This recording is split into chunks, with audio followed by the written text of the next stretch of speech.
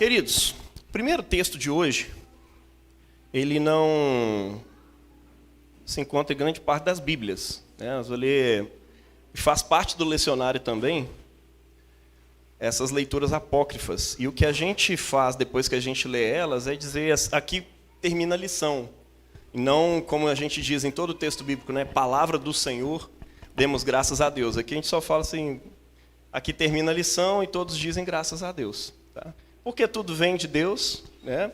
E esses textos estão aí para a nossa edificação, para a nossa instrução na justiça, mas a gente não os usa para basear nenhum tipo de dogma e nenhum tipo de fé, né?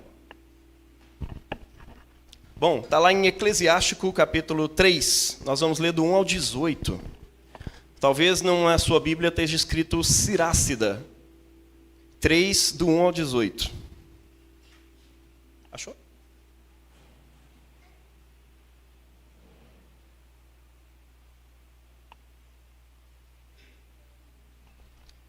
Vou usar essa aqui.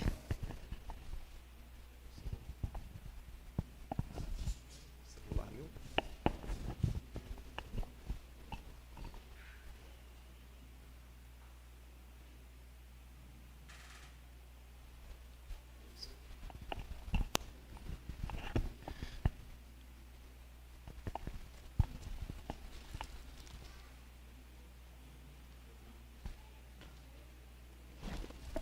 Sirácida 3, ou Eclesiástico 3, 1 ao 18.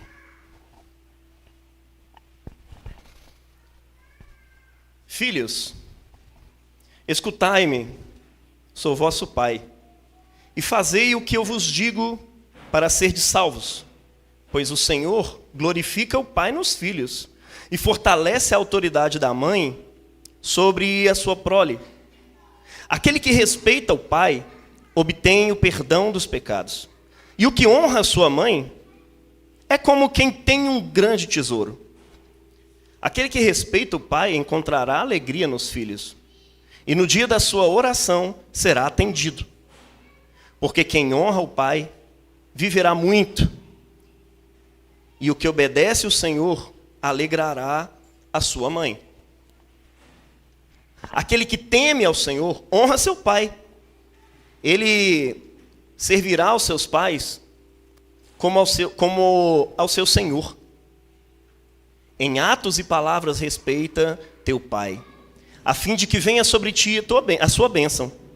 Porque a bênção do pai consolida a casa dos filhos, mas a maldição da mãe desenraiza até os alicerces. Não te glories com a desonra de teu pai, pois não é nenhuma glória para ti a desonra do pai. Pois a glória do homem está na honra de seu pai, e é vergonha para os filhos a mãe desprezada. Filho, cuida do teu pai na velhice. Não o desgostes em vida, mesmo se a sua inteligência faltar, ser indulgente com ele. Não lhe faltes com o respeito, tu que estás em pleno vigor. Pois a caridade feita a um pai não será esquecida, e no lugar dos teus pecados, ela velará como reparação. No dia da tua provação, Deus lembrar-se-á de ti, como a geada ao sol. Assim os teus pecados serão dissolvidos diante de Deus. É como um blasfemador aquele que despreza seu pai, um amaldiçoado pelo Senhor aquele que irrita a sua mãe. Aqui termina a lição. Demos graças a Deus. Obrigado, meu amor.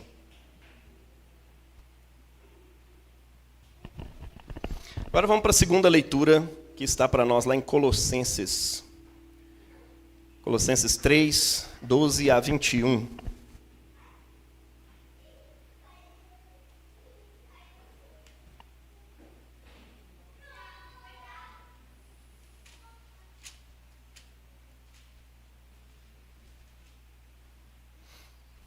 Colossenses 3, do 12 até o 21.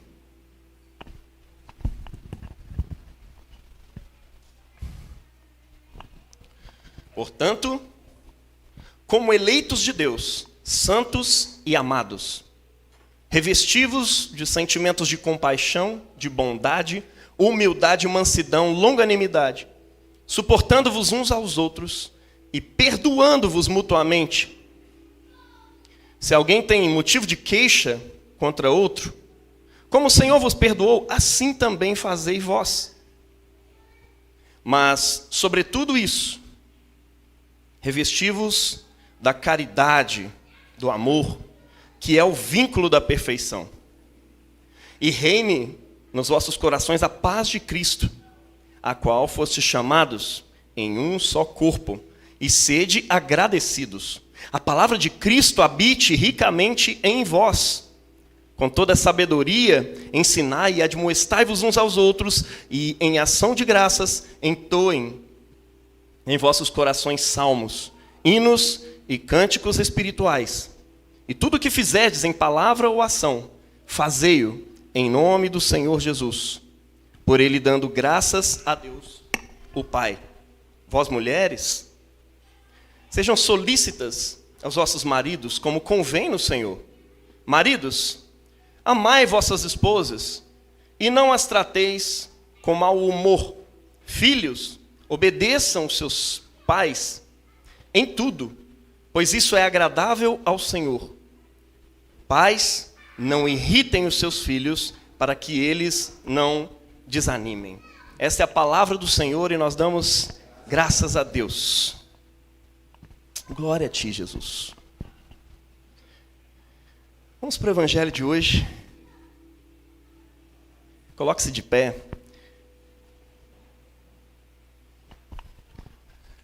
Aleluia, aleluia,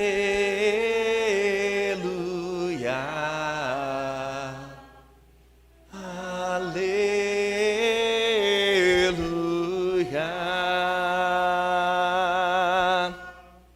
Que a paz de Cristo dirija vocês nas suas decisões, pois foi para essa paz que Deus os chamou, a fim de formarem um só corpo e sejam agradecidos. Aleluia, aleluia,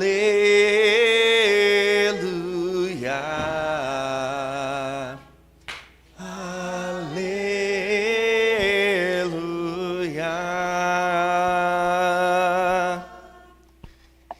Evangelho de nosso Senhor Jesus Cristo, segundo Mateus.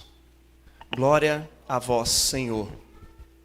Mateus capítulo 2, versos 13 ao 15, e depois do 19 ao 23.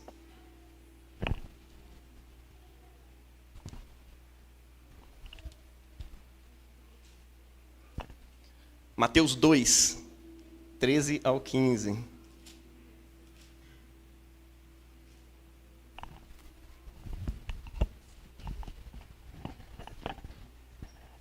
Depois 19 a 22.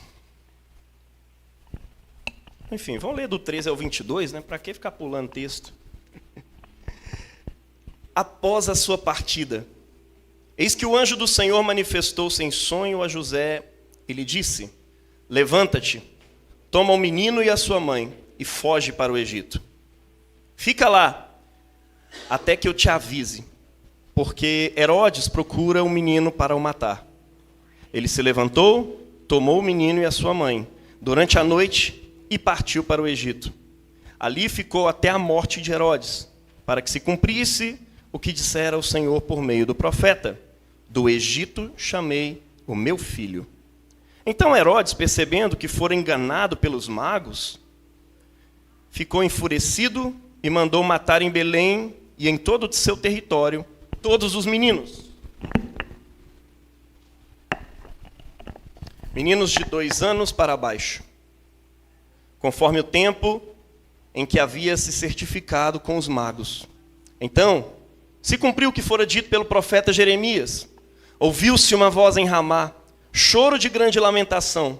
Raquel chora seus filhos e não quer consolação, porque eles já não existem. Quando Herodes morreu, eis que o anjo do Senhor manifestou-se em sonho a José, no Egito. E lhe disse: levanta-te, o menino e sua mãe e vai para a terra de Israel. Pois os que buscavam tirar a vida do menino já morreram. Ele se levantou, tomou o menino e sua mãe e entrou na terra de Israel. Mas ouvindo que Arquelau era rei da Judéia, em lugar de seu pai Herodes, teve medo de ir para lá. Tendo recebido um aviso em sonho, partiu para a região da Galiléia e foi morar numa cidade chamada Nazaré, para que se cumprisse o que foi dito pelos profetas: ele será chamado Nazareno, ou Nazoreu. Esse é o evangelho do Senhor. Louvado sejas, ó Cristo. Pai, tua palavra foi lida e meditada aqui. Eu te peço em nome de Jesus, fala com a gente. Nós já nos arrependemos nessa manhã e nos convertemos, tanto eu que vou pregar, quanto todos os que estão aqui para te ouvir, Senhor. Fala aos nossos corações, em nome do teu Filho Jesus. Amém. Podem se assentar, meus irmãos?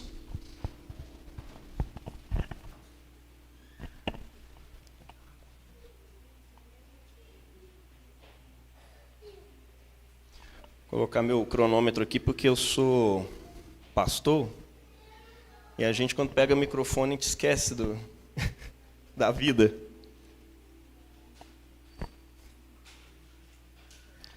Certo.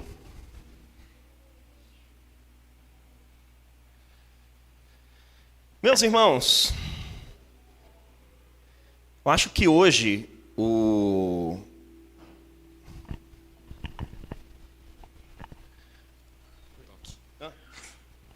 povo está com medo do roxo. Eu ficava... Tá certo. O lecionário de hoje, gente, ele não tem só o evangelho, né? Ele está tratando também de deveres familiares, né? Pais com filhos, filhos com pais, maridos e esposas, mães e filhos. Indo diretamente na célula mais básica de toda a sociedade. E alguns dizem por aí, né, que o comunismo quer acabar com a família e tudo mais. Só que todas as experiências de um comunismo mesmo conservador levou muito a sério a família. Eles morriam de medo de acabar com isso, porque é a partir da família que se trabalha todos os valores, né? E algumas pessoas conversando comigo essa semana, eu falei, mas esse pessoal é estranho, né? Durante a história parece que eles perseguiam os homossexuais. E sim, era crime ser homossexual, porque isso vai contra a família.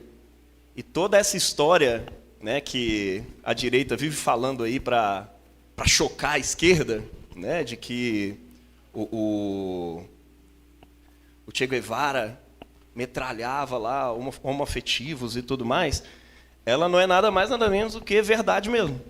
Ao longo da história, seja para os governos mais de direita, seja para os governos mais de esquerda, todos que de alguma forma levavam a sério uma estrutura da sociedade, levavam a família a sério e se preocupavam com políticas que protegessem e cuidassem de alguma forma da família, né? Nunca antes se pensou nessa coisa, a não ser que você vá arrumar uma outra estrutura diferente daquela que a humanidade viveu ao longo de milênios. Não sei qual é a possibilidade de você tirar a família e colocar alguma outra organização social básica do nível que alguém se sacrifica pelo outro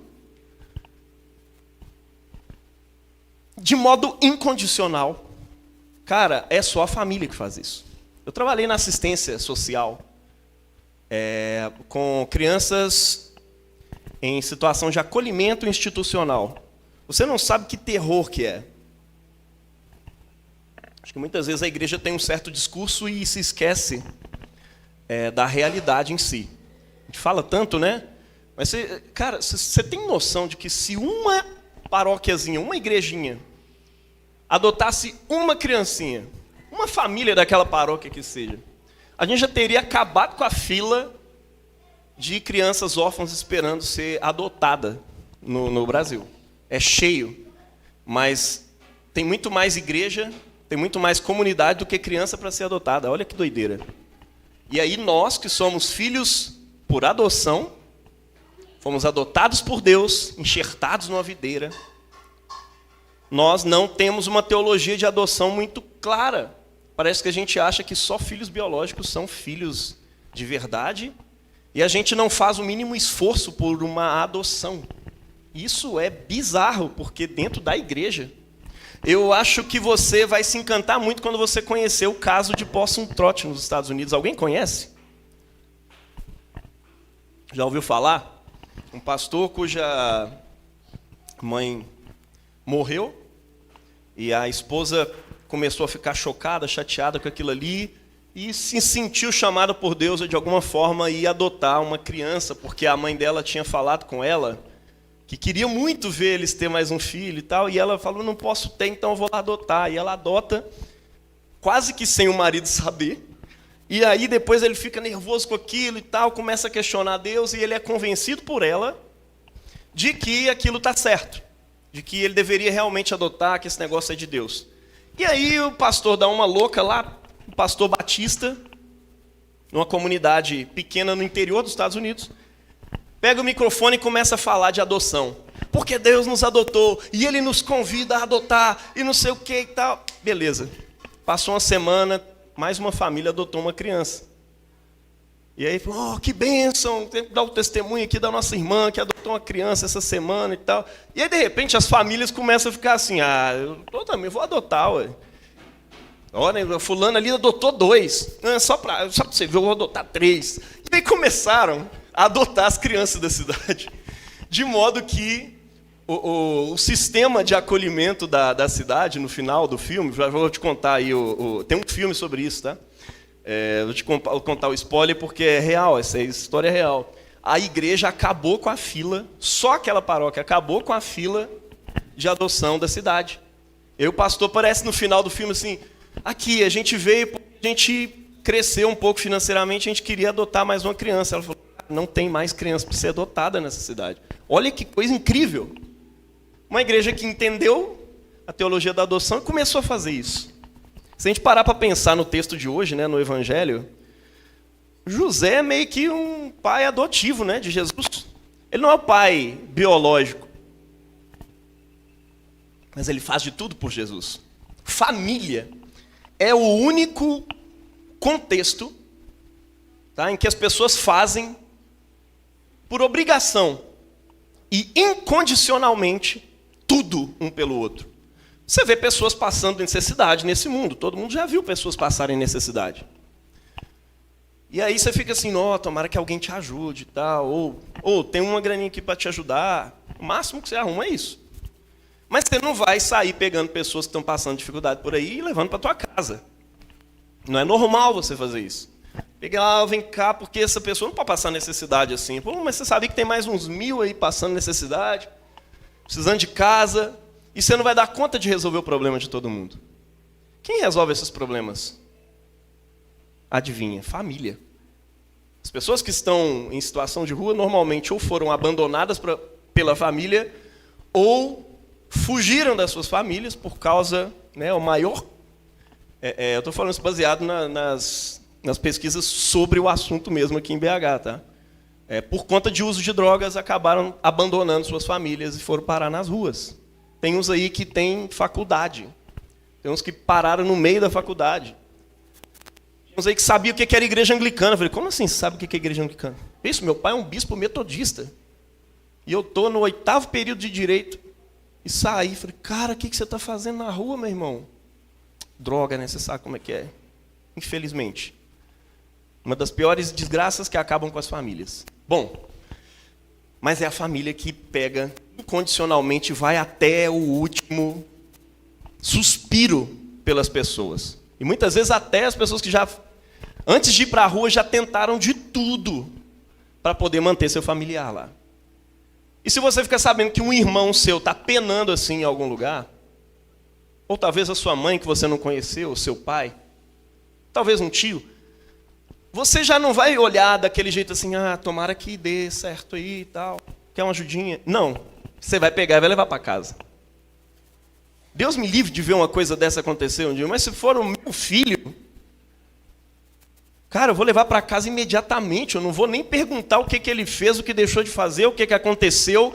Vem cá, vamos resolver esse problema aqui primeiro. Por quê? Qual é a lógica disso? Família. É a única instância social que as pessoas fazem as coisas incondicionalmente umas pelas outras. Só que muitas vezes a gente esquece que o reino de Deus, no reino de Deus, Cristo nos chamou em si para sermos uma nova família. E isso ele fala quando ele está lá pregando para os seus discípulos, e a família dele está que chama, porque o pessoal estava achando que ele estava doido, ele está fora de si. E aí a família chamando, né, a mãe, os irmãos. Ah, cadê Jesus? Aí alguém fala aqui, sua mãe e seus irmãos estão aí atrás querendo falar com você. Como é que ele responde esse negócio? Minha mãe e meus irmãos são aqueles que fazem a vontade do meu Pai. Aqueles que praticam a vontade de Deus. Esses são os meus irmãos, irmãs e mãe. O que ele está dizendo com isso? Aquele que faz a vontade de Deus se torna povo de Deus através de Cristo, que aprendeu a amar o próximo como a si e amar até o inimigo. Sim, esses fazem parte de uma nova família. E aí você não pode mais olhar para o seu irmão, teu próximo, e não fazer nada. Você lida como família. E é interessante porque o texto de hoje, ele não só fala dessa família de Nazaré, que deu origem, né, humana ao Deus encarnado, mas ele fala de vários deveres familiares, né? Fala de um monte de coisa a respeito de família. E dentro dos seus papéis, José, Maria e Jesus vão sendo levados aí por uma jornada, e que eu acho incrível, porque é uma jornada de obediência. E nós, como cristãos, somos chamados a viver isso nas nossas famílias, e somos chamados também a estender as tendas da nossa família e abranger gente que, em outro contexto, nunca seria parte dessa família, nunca seria visto como família. É no reino de Deus que um monte de gente que nunca teve a oportunidade de ter família, de repente encontra uma família. Gente doida no nível de levar para casa, no nível de pagar uma pensão, no nível de ajudar com cesta básica e de mover mundos e fundos para poder ajudar o irmão a se erguer na vida de novo. Eu estou falando isso usando exemplos de coisas que aconteceram aqui na igreja. Não, a igreja não dá conta de resolver problemas de todo mundo, obviamente. A gente foi chamado para ser igreja, não assistência social diretamente. Mas como igreja, agindo como família, a gente vai ter que se desdobrar em diversos momentos para ajudar nossos irmãos. A gente não pode deixar aqui nossos irmãos ficar com as contas atrasadas.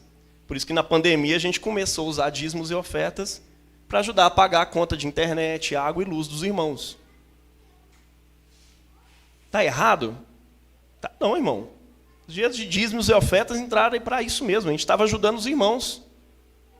Não só a poder permanecer e estar nos cultos online, né? Mas a viver. É o básico. A gente vive falando aqui, né? O dízimo não é uma lei de Deus. Mas a gente pratica o dízimo no modelo de dízimo mesmo. Porque isso fica mais fácil, fica mais justo para quem ganha muito, para quem ganha pouco. Claro que muito e pouco é bem relativo, né, a cada um que ganha. Mas olha, a gente pratica isso aqui. De modo que a gente não vive constrangendo pessoas que não têm a ofertar e a dizimar. Pelo contrário, a gente fala o quê? Irmão, se a sua família, você, está passando alguma necessidade, não precisa falar com todo mundo, não. Fala com um irmão, ou fala comigo, fala com alguém. Porque não está mais na hora de você doar, está na hora de você ser abençoado pela igreja. A igreja vai fazer o que pode para poder te ajudar. Ou arrumar alguma forma. Por quê? Porque todos nós somos família, a gente é generoso. Desse lado a gente é generoso com os irmãos. Do outro, quando a gente tem, o que a gente faz? A gente oferta e a gente abençoa e faz essa família continuar existindo, como se fosse uma república, né? Se numa república você não contribui, você com certeza está pesando o ombro de alguém. Você está sendo aquele avacalhado que Paulo teve que escrever para a igreja. Irmão, não deixa esses irmãos fazer hora com vocês, não.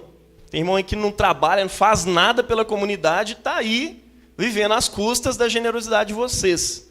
E aí ele joga aquela, né? Quem não trabalha que também não coma. Eu vi isso escrito numa tese de doutorado uma vez. E a pessoa criticando o modelo econômico proposto ali na Bíblia, aquela coisa toda. Eu falei, irmão, se fosse lá na sua república, eu tenho certeza que você não faria isso. Né? Essa é a grande verdade. Mas, esqueci de colocar no silencioso aqui. Se fosse lá na sua república, você não faria isso. Olha o contexto. Haviam pessoas formando comunas mesmo ali naquele tempo. Em Roma, em Jerusalém. Todo mundo vendia o que tinha e entregava, e todo mundo colaborava para que aquela comunidade continuasse existindo. Como quê? Como família. Um era pelos outros. A dor de um era a dor dos outros. Quando um sofria, todo mundo sofria junto. Isso eram as primeiras comunidades cristãs ali no início. E quando um tinha necessidade, todo mundo ajudava para que não houvesse necessidade. O apóstolo Paulo fala isso na hora que ele vai falar de ofertas, né, de modo que não faltou para ninguém. Ninguém teve em excesso e ninguém teve nada. Todo mundo teve o suficiente. E Deus faz, no meio disso, os seus milagres e cuida de nós através da generosidade do povo de Deus. Como Deus age nessa terra? Através da sua generosidade. Cabe a você decidir fazer parte ou não daquilo que Deus está fazendo. Mas Ele age aqui nesse mundo através das suas mãos, dos seus pés, né, da sua boca. E assim a gente é família. Bom, eu acho incrível porque o evangelho de hoje já vai seguindo com várias vezes Deus falando com José. Levanta-te, José. Levanta-te. E eu quero que você ouça esse anjo de Deus falar com você hoje várias e várias vezes. Levanta-te. Levante-se. Levanta-te, Rodrigo. Levanta-te, Jade. Levanta-te, Marcos. Levanta-te, Priscila. Olha, levanta. Ou seja, se disponha, levanta, faz alguma coisa. Não fica deitado. Agora tem coisa para fazer. No contexto da missão do Filho de Deus aqui nessa terra. Se levante, toma o menino e a sua mãe e foge para o Egito. Fica lá até que eu te avise. Pois Herodes busca matar o menino.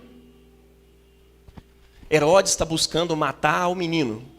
Existe um poder da morte seguindo essa família. E existe uma força contrária defendendo a vida. E parece que as forças são desproporcionais. Você tem Herodes e os seus exércitos querendo matar Jesus. E não conseguindo matar Jesus, eles matam todas as crianças de 2 anos para baixo. Né? Numa covardia cruel, horrorosa. Está aquele poder. E Deus dá força e graça para uma famíliazinha pequena, para um pobre carpinteiro, que depois vai ser conhecido como carpinteiro de Nazaré, que antes ele não vivia ali. Gente, quantos vulneráveis hoje não são perseguidos perseguidos pela morte mesmo, né? Tá faltando para eles um pai ou mesmo uma mãe que defenda, que proteja, que cuide. E eu vi isso muito na assistência social. A tristeza que é quando as pessoas não conseguem criar vínculos entre si. Porque não existe o vínculo mais básico, que é o vínculo familiar, não foi estabelecido. E aí você faz tudo com essas crianças. É o maior índice de abandono das coisas, vem dali daquele contexto. A gente arrumava curso caro que todo mundo era doido para fazer. Vai lá, nós vamos passar você lá. Tá? Colocamos vários meninos no Senai, em cursos profissionalizantes, em cursos técnicos. E na primeira semana, quer não. Mas isso aqui é uma oportunidade muito importante. Estou afim. O vínculo é tão importante, mas tão importante, que ele te ajuda a pensar a longo prazo, te ajuda a sofrer. Isso é a construção de um capital moral que acaba sendo construído dentro do contexto da família, certo? Porque a criança aprende a perseverar, a prosseguir nas coisas, mesmo quando as coisas estão difíceis. Pai e mãe dentro de uma casa seres tão diferentes e que querem coisas diferentes. A Priscila é a prova de que eu quero coisas diferentes dela e ela quer coisas diferentes de mim. Tem duas pessoas ali em conflito, mas que amam uma outra e se organizam e seguem em frente. E que decidiram, diante de Deus, que não é o vínculo afetivo que vai fazer a nossa união. Existe antes disso um sacramento. É preciso haver afeto? Óbvio que sim. Mas quando o afeto acabar, será que o seu casamento acabou também? Está tudo baseado no afeto, né? O casamento é uma união afetiva. Não, o casamento não é uma união afetiva, meu irmão. Biblicamente, o casamento é muito mais do que isso. O casamento é um sacramento. Ele é um sinal visível da relação entre Cristo e a igreja, para começar. Casamento é um sinal visível da relação entre Deus e a humanidade. Deus está restaurando as coisas aonde? Na célula mais básica da sociedade, que é a família. Deus se preocupa tanto com família assim? Sim. Tem gente levantando essa bandeira de um modo errado? Tem, muita. Muita gente moralista, muita gente que está lá no seu 10º casamento e está lá falando que é defensor da família e tudo mais. Mas nós não estamos falando dessas pessoas. Nós estamos falando aqui de família. Deus tem um interesse poderoso nesse negócio. Porque a criança, quando ela percebe que não é pelo vínculo afetivo simplesmente que os pais continuam. Eles têm uma coisa chamada amor. E por ter amor, eles têm uma coisa chamada responsabilidade com eles, um com o outro, com o mundo. E no ver esse jogo de perder para que todos ganhem, feito tanto pelo pai quanto pela mãe, eles vão aprendendo a lidar com a esfera pública de modo diferente. Eles não vão para a esfera pública com um olhar egoísta e defendendo políticas individualistas. Lá, o negócio é eu, é a minha turma, eu não quero saber. Não, eles aprendem a ver o todo e dizer, cara, não é só a minha vontade que precisa levar em conta quando a gente está discutindo alguma coisa que tem a ver com a polis, que tem a ver com a sociedade. Eu preciso olhar o todo e tomar decisões que vão realmente ajudar todo mundo a continuar, porque senão a gente vai atrapalhar. Eu já vi isso na minha família. Todo mundo já vê isso na família e vai construindo esse capital moral, político, social, de alguma forma ir para a sociedade. Por quê? Porque tem pais ali dentro que estão sendo pais, estão sendo mães, que não se entregaram à droga por causa do filho, que não se entregaram ao desespero por causa dos filhos e por causa um do outro, que não se entregaram para várias outras coisas. Há vários amores que possam existir por aí, afinal de contas, homens casados e mulheres casadas se apaixonam com pessoas fora do seu relacionamento. E quando isso acontece, é tão genuíno, mas tão genuíno, que alguns têm chegado a dizer assim, cara, eu não posso negar meu coração. Eu preciso ir porque o amor está me chamando. Infelizmente eu vou ter que separar, porque não existe mais amor no meu casamento. Se você for olhar, se você for olhar, né? E aí você trai um sacramento. Você pega a imagem de Deus, a única imagem que Deus criou de si, que é o ser humano, e a imagem da relação entre Deus e a humanidade, que é o casamento, e você torce, destrói, para que as coisas aconteçam de acordo com a sua vontade. É como pegar a estatueta de uma pessoa e quebrar assim, a cabeça na frente dela. Ó, o que eu acho de você? Por quê? Não é porque você odeia Deus, mas é porque você ama tanto você mesmo que, se precisar ofender a Deus para eu fazer aquilo que eu quero, ô Deus, foi mal. Eu vou fazer o que eu quero. Né? E assim segue a vida. Pessoas se separam. Por quê? Porque é genuíno. Sim, é genuíno, mas e aí, o que você vai fazer diante disso? Tome a sua decisão, mude enquanto é tempo. Mude enquanto é tempo. Porque Deus não construiu o seu casamento para ficar navegando pelo mar da vida assim, não. Indo atrás de tudo quanto é vento, não. Existe âncora nesse casamento. Você não tem essa visão de casamento. Mas assim, se tem uma coisa que vai sustentar seu casamento pelo resto da vida, vai ser essa visão aí. É o chamado de Deus para que ele seja um sacramento ao longo da história. Quantas crianças hoje em dia não são mortas por motivos e razões de Estado, né? Motivos políticos, razão de Estado?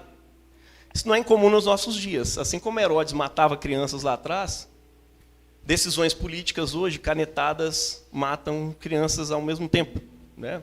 Tanto a partir de um capitalismo selvagem, a partir das especulações financeiras e mais um monte de coisa, né? Quanto, por outro lado, por meio de abortos clandestinos, permitidos ou não, enfim. Está tudo aí.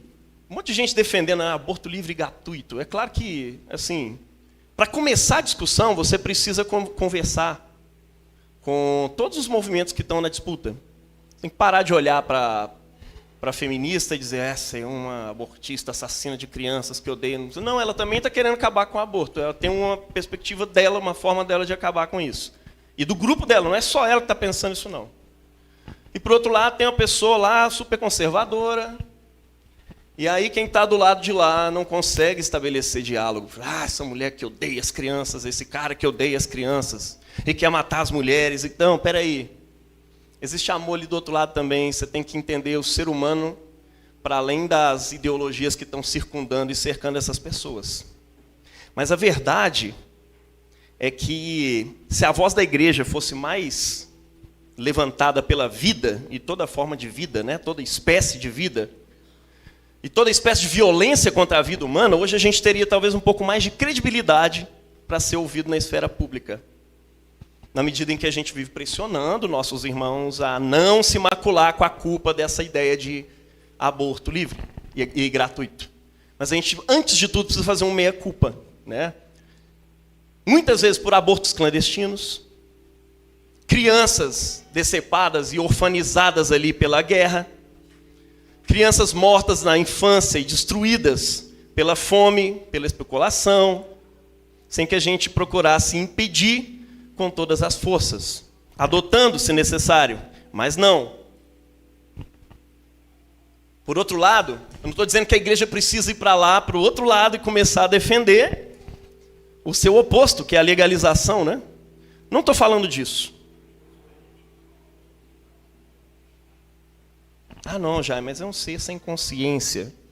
E aí a gente, vamos conversar sobre isso. Vamos conversar. Um ser sem consciência. Uma criança de 1 ano de idade também sem consciência. Aí como é que vai fazer? Acabaram de quebrar alguma coisa aí. Vai permitir isso também? Jaime, como é que eu vou fazer? A igreja não pode se macular com isso, mas ao mesmo tempo tem pessoas sofrendo e tudo mais. Sim, você precisa entrar na conversa. Começando por respeitar todos os lados dessa conversa. Mas a igreja o tempo inteiro é uma força de Deus atuando contra o poder da morte, o tempo inteiro. E antes de ficar discutindo sobre aborto ou não aborto, seja você uma pessoa que resolveu adotar. Seja você um pai presente, um marido presente. Antes de falar contra o aborto, começa parando de falar que bandido bom é bandido morto.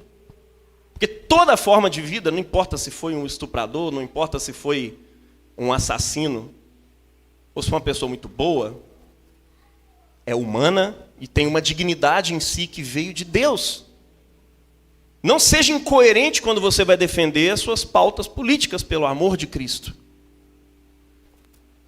E não seja você, do outro lado, também a pessoa que defende o mais vil estuprador.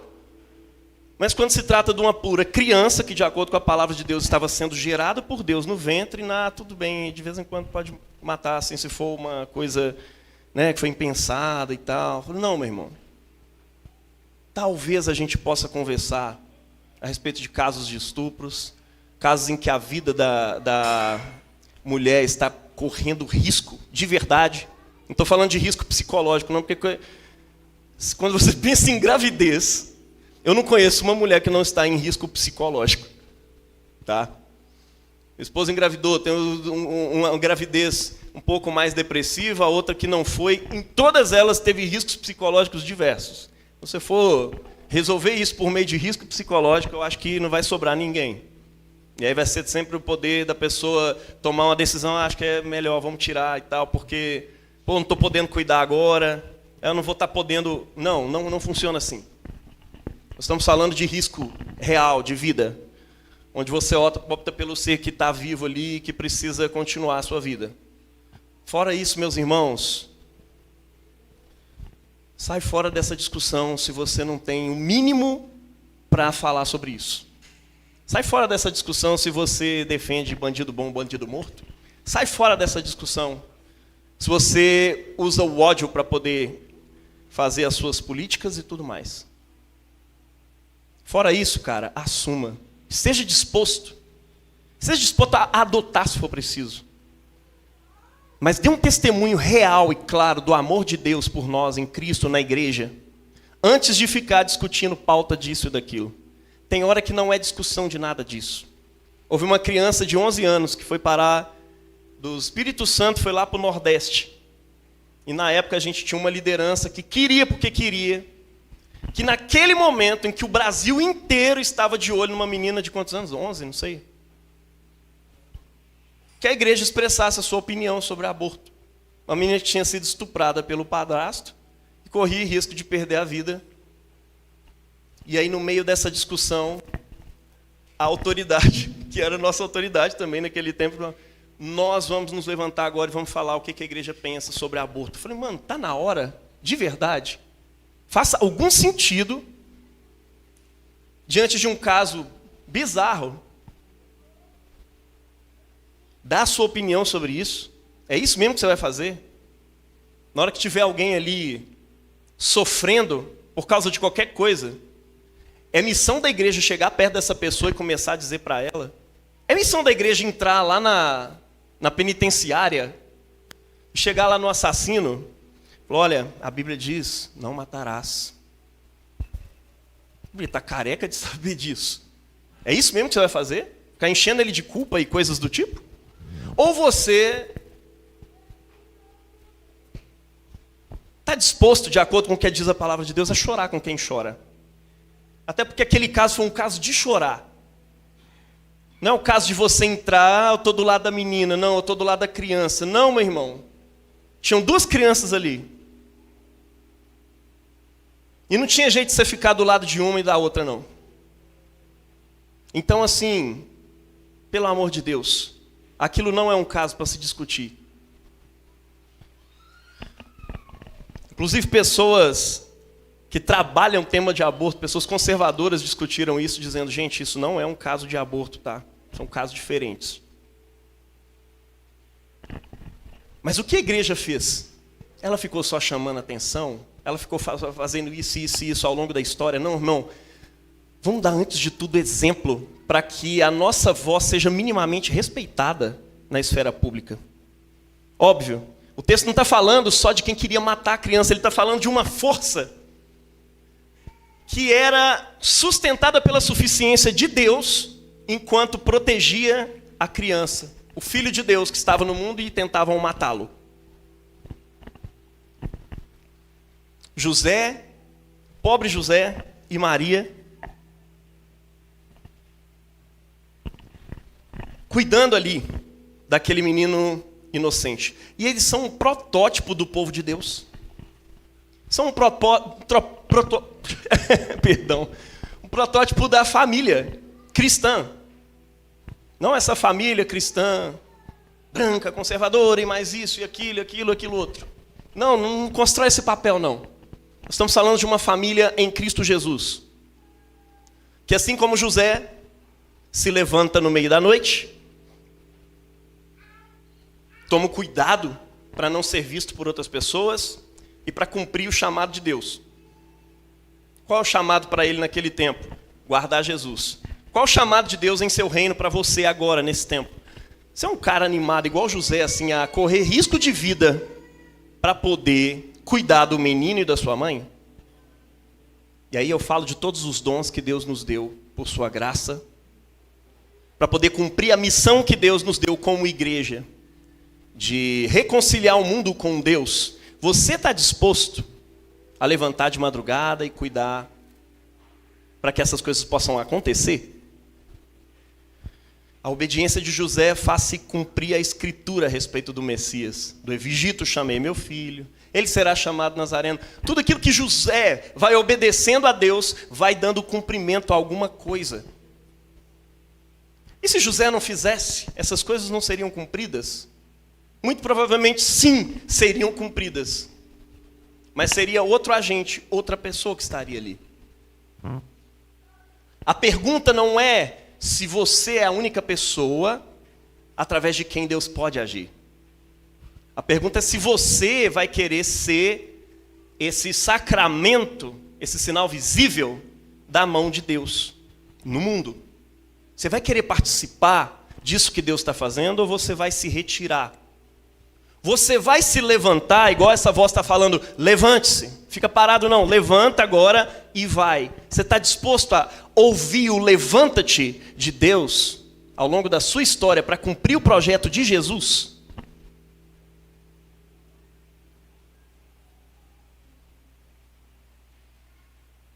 Sem seu pai biológico, José ensina a todos os pais que agiram irresponsavelmente na sua sexualidade e agora tenta resolver tudo através de um aborto. E esse é o tipo de aborto mais vergonhoso que existe. Um aborto que um dia um professor meu disse, eu me orgulho de ter pagado o aborto de uma menina aqui da escola, porque assim, foi inconsequente, né? Uma menina ia acabar com a carreira da faculdade dela. Eu falei, misericórdia, Jesus. Eu não vou nem discutir uma coisa dessa. Mas que coisa horrorosa. Lidou errado com a sua sexualidade e depois tentou resolver isso. José é alguém que está nos ensinando a fazer uma coisa diferente.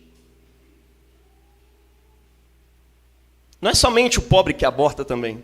Né? Isso não é uma questão econômica simplesmente. Um monte de gente rica que faz isso. E pasme-se, faz isso demais. Na verdade, quem menos aborta é o pobre que está ali querendo cuidar. Quanto mais instruída dentro da instrução desse tempo são as pessoas, elas são mais afeitas à ideia da possibilidade de praticar um aborto. Mas José e Maria e a família de Nazaré está ensinando para a gente aqui a possibilidade de ser uma sociedade alternativa. O povo de Deus se levantando, ouvindo a voz de Deus, através dos seus anjos, dos seus mensageiros, dos seus pastores, dos seus líderes, dizendo, levanta-te e vai. Depois da morte de Herodes, o mensageiro do Senhor aparece em sonho a José, o anjo do Senhor, e lhe diz, levanta-te, toma contigo o menino e a sua mãe. São várias vezes em que José tem que ouvir essa voz dizendo, levanta-te e vai. Volta para a terra de Israel, porque já morreram os que tentavam contra a vida do menino. José obedece, se levanta, toma consigo o menino e a sua mãe e entra na terra de Israel. Mas quando ele entra lá, ele fica sabendo que Herodes está morto, mas o filho dele está no lugar. E aí sabe o que acontece? Com aquele homão, José, que as pessoas gostam de criar todo o estereótipo, né? Falou, o pai cristão é aquele cara forte. Você não pode ter medo, varão. Você não chora, você não tem medo, você, e aquilo já era um peso em cima do cara, né? Mas sabe o que diz a Escritura aqui sobre esse José que cuidou de Jesus? Foi o pai de Jesus? Ele se vulnerabilizou. Olha que doideira. José, vendo que Arquelau reinava no lugar de Herodes, teve medo de ir para lá. E aí não foi. Ficou parado esperando a voz do anjo falar com ele de novo. Mas olha, a Bíblia não tenta disfarçar as invirtudes, ou seja, os vícios, dos seus filhos. Davi, olha só como é que Davi é pintado na Bíblia, sem tentar construir a figura de um Davi perfeito, não. É um Davi que chora, é um Davi que tem amigo, é um Davi que trai, Davi que peca, um Davi que se arrepende. Quando chega em José, É o cara que está ali cuidando da Sagrada Família, mas de repente tem medo e para. E fica ali até escutar a voz de Deus. Ó Deus, o que foi, José? Estou com medo. O filho do cara está lá no lugar, o cara morreu, mas o filho dele está lá. E aí Deus fala com ele de novo. Então, ó, vai para a cidade de Nazaré e fixa ali. E aí ele vai com o menino e com a sua mãe e se fixam na Galileia, que ficava ao norte, se eu não me engano, né? Judeia ficava ao sul, Galileia ficava ao norte. Ele vai para o norte e fica por lá com a mãe e com o menino. E cuidam deles. Novamente, a obediência missionária do José dá lugar ao cumprimento das Escrituras. O que Deus está querendo me falar hoje nesse lecionário, velho? O que está acontecendo? É só para eu ter uma noção aqui do ser constrangido aqui moralmente a ser um melhor pai, uma melhor mãe, tudo mais? Não. Eu sei que ninguém aqui é o pai mais perfeito. Se houver um pai mais perfeito, mas um pai que cuidou de Jesus, ele também teve medo. E, velho, quantas vezes eu tive medo de perder meus filhos, ou de que eles se acidentassem, ou de não estar sendo o melhor pai do mundo, ou de não estar dando a melhor educação. E falei, nossa, por que eu não li sobre isso antes? Já teve essa impressão, você, pai? Nossa, se eu tivesse estudado muito assim, sobre criança e tal. Falei, é mesmo? Quantos da história da humanidade estudaram muito sobre criança até decidir ser pai? Ninguém! E aí você está se culpando por causa de uma besteira. Mas, quer aprender um pouquinho mais sobre criação de filho? Começa a seguir gente que ensina isso aí, talvez lá no YouTube, né, no Instagram. Ou vai ler sobre isso, mas assim, não fica se culpando porque você não estudou muito sobre ser pai, coisa do tipo, não. A hora agora é de você ser pai, e você aprende a ser pai na experiência. Assim como José. José está só ouvindo a palavra de Deus o tempo inteiro. E ele é uma figura sua e minha aqui hoje. Não só dos pais, homens, eu estou falando dos pais de modo geral. Dos homens, das mulheres, daqueles que cuidam. De você solteiro que faz parte da igreja, que cuida das pessoas. Nós somos figura desse cara que vai caminhando ao longo da história, aprendendo a ser pai. Ao longo da história, aprendendo a ouvir a voz do Evangelho que fala com a gente. E à medida que ouvimos o Evangelho, o que a gente faz? Levanta e vai. O recado de Deus para você hoje é, ao longo da tua história, Cleide, ao longo da tua história, Mateus, Gabi, Priscila, Léo, ao longo da sua história, aprenda a ouvir a voz de Deus. Aos domingos, o anjo está falando lá. Na hora que você vai fazer seu devocional de manhã, o anjo está falando lá. Na hora que você está andando na rua, se você for atento, você vai ver esse anjo. Anjo? Né? Estou falando da mensagem, estou falando de modo poético aqui. Há um mensageiro, uma mensageira de Deus o tempo inteiro. Muitas vezes o próprio livro da criação, de alguma forma Deus está falando com você. Ele fala através das crianças, ele fala através da criação, da natureza, dos acontecimentos em volta de você, das pessoas, especialmente através do seu pastor, de outros pregadores que estão aqui todo domingo pregando a palavra de Deus. Você está entendendo? E agora chega de falar de família e vamos ser família. Jesus nos convida a ser seu próprio corpo. Nós estamos aqui diante da mesa da família de Deus. Nela, nós somos um com pessoas que a gente nem conhece, para começar. Outras que a gente discorda, teologicamente, politicamente, mais um monte de coisa. Essa igreja aqui é um barril de pólvora. Uns irmãos hiperprogressistas, outros são comunistas, outros que são de direita, e outros que são, assim, militantes de direita. E está tudo dentro da mesma igreja. E se abraça... tem uns trabalhistas também, que a gente nem lembra nessas horas. Mentira, eu estou brincando. E a gente se abraça. Nossa Senhora. Tem uns que vêm com esse tipo de camisa ali também. Eles se abraçam na hora da ceia do Senhor e dizem, meu irmão, eu te amo, eu sou um com você. Eu discordo da sua visão política, mas eu morreria por você. Por quê? assim como eu fiz, façai vós também. Eles ouviram a voz de Deus. Eles ouviram a voz do Cristo que nos fez família de Deus, dizendo para os nossos irmãos: esse é o meu corpo que é dado por vós. Façam isso em memória de mim. Isso é o meu sangue que é dado por vós. Façam isso em memória de mim. Não faz sentido comer desse pão e desse cálice se você não quiser ser família. E se você não quiser dizer para o seu irmão: olha, esse é o meu corpo que é dado por você. Isso aqui. Esse é o meu sangue que é derramado por você. Não faz sentido vocês, família, homem, mulher, pais e mães, maridos e esposas, virem a essa mesa se vocês não estão dispostos a virar um para o outro, como Cristo fez, fazendo vocês também. Meu amor, esse é o meu corpo que é dado por você. Esse é o meu sangue que é derramado por você. Eu vou fazer isso e você vai fazer isso em memória de Cristo. Nele nós nos submetemos uns aos outros no amor de Cristo. Cada um naquilo que precisa e cada um naquilo que faz. Por isso o texto de Colossenses está dizendo: maridos, amem suas esposas, porque elas eram objeto dele naquele tempo. No contexto de pater famílias lá, né? Não, ela não é mais um objeto que pertence a você, como se fosse mais um bem, não.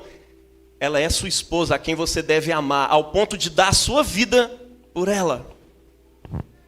Esposa, não fica com ódio do seu marido, mesmo que ele seja esse cara atrapalhado. Sejam solistas, é isso que o texto de hoje estava dizendo. Sejam solistas, estejam com eles. Filhos, obedeçam seus pais. Pais, não provoquem a ira os seus filhos de modo que faça eles desanimar. E eu imagino que é o desânimo da fé mesmo. Não estou falando só do desânimo da vida, mas o desânimo da fé.